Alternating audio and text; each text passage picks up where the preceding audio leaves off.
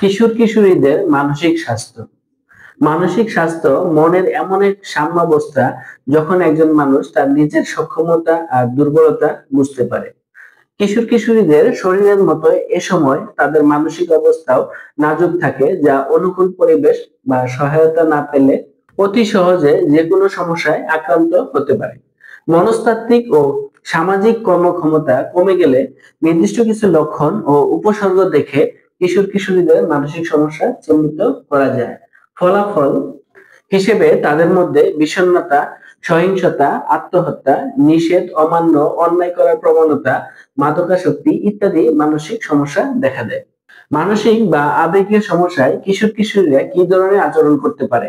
যেমন হঠাৎ করে পারিবারিক কিংবা স্কুল কলেজের স্বাভাবিক কাজে আগ্রহ হারিয়ে ফেলা, পরিবার কিংবা বন্ধুদের সাথে অংশগ্রহণ না করে একা একা থাকার চেষ্টা করা, হঠাৎ করে রেগে যাওয়া কিংবা আবেগাপ্লুত হয়ে পড়া, মাঝে মধ্যে মন খারাপ করা, খিটখিটে আচরণ করা, অসহযোগী হয়ে ওঠা, প্রায়শই বকাঝকা, কান্নাকাটি এবং সহিংস আচরণ করা, ক্ষুধামন্দা, ঘুমের সমস্যা, বিষণ্ণতায় ভোগা, অযথায় উচ্চ শব্দে কথা বলা, অন্যের কথা শোনায় অমনোযোগী হওয়া।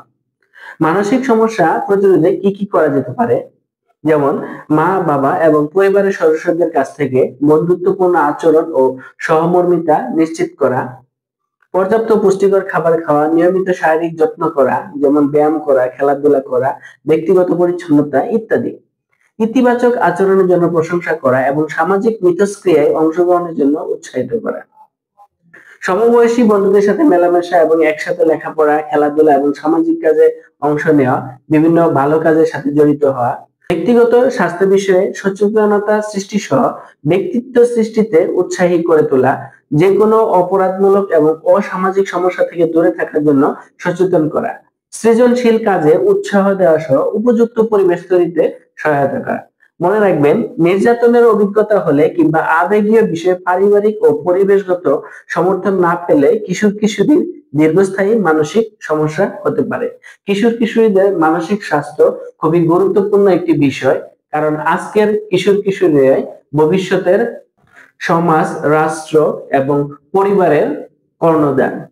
তাই আসুন কিশোর কিশোরীদের মানসিক স্বাস্থ্য ভালো রাখি, সুন্দর দেশ গড়ি।